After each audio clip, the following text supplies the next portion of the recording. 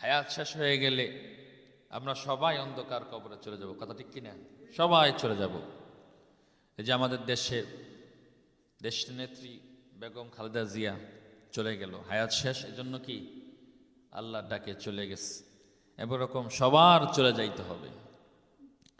একজন মানুষ মৃত্যুবরণ করলে তার ভুল ত্রুটিগুলো না তুলে, আলোচনা না করে তার গুণগুলো আলোচনা করা উচিত। এটাই রাসূল সাল্লাল্লাহু আলাইহি সাল্লামের শিক্ষা। কিন্তু এখন দেখা যায় অনেক জায়গায় অনেকে, উনি তো মারা গেছেন, ওনার বিভিন্ন দোষ নিয়ে আলোচনা, এটা উচিত না। দেশের জন্য সবারই কিছু না কিছু অবদান আছে, কথা ঠিক কিনা? তো ওনারও কিছু অবদান আছে।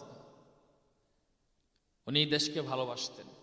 ফ্যাসিস্টদের আমলে ওনাকে কোনো এক মন্ত্রী বলেছিল, আপনি দেশটা ছেড়ে চলে যান, তাহলে নিরাপদে থাকতে পারবেন।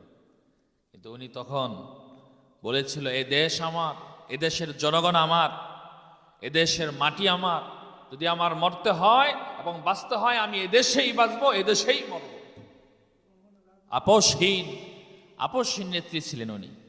যাই হোক, ওনার গুণ যদি বলতে চাই তো উনি দেশপ্রেমিক ছিল, পুরো দেহটাই কি ছিল? দেশপ্রেম ছিল।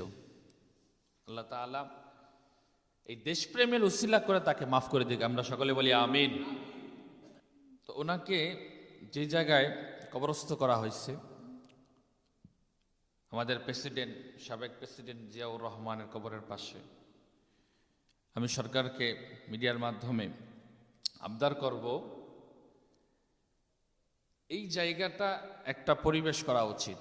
এই জায়গায় আমরা যখন ছোটবেলা মাদ্রাসায় পড়তাম, পাশে শ্যামলীতে, ছোটবেলা যখন বিকেলে খেলাধুলা করতে আসতাম, দেখতাম এই জায়গাটা, ওনার মাজার কেন্দ্রিক আশপাশে জায়গাটা যেহেতু পার্ক, এই পার্কের আশপাশে দেখতাম বিভিন্ন প্রেমিক প্রেমিকা গুনাহের কাজে লিপ্ত থাকতো, নাউজুবিল্লাহ পড়ি।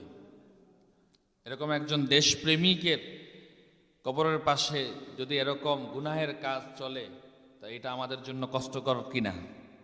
এই জন্য আমি আবদার করব, ওনার কবরের আশপাশে যদি একটা মাদ্রাসা করা যায় বা এরকম কোনো সিকিউরিটি ঘাট তৈরি করে দেওয়া উচিত, যাতে এরকম কোনো গুনাহের কাজ না হয়।